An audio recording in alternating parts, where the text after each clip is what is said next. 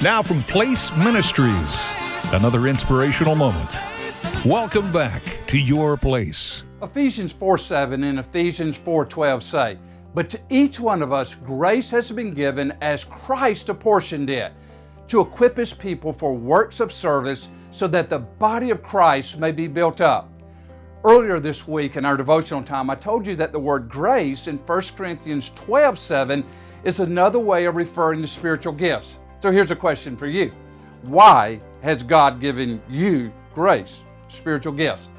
Before I answer the question from our text today, let me ask you another question. Have you ever invited more than one person to church with you? Yes, you can go ahead and raise your hand.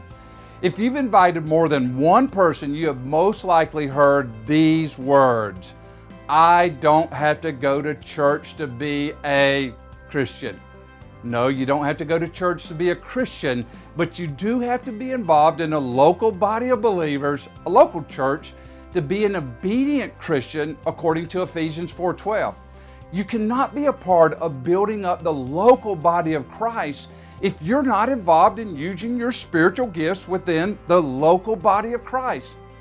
Let me encourage you, as part of the universal body of Christ, in finding your place in life and ministry, to be involved in using your grace, spiritual gifts, in a local body of Christ. Your Place is a weekday devotional from Place Ministries. Our focus is helping followers of Christ know how and why God created them, and be encouraged to do what God created them to do in life and ministry. For a list of free resources, go to placeministries.org and join us every weekday right here at Your Place.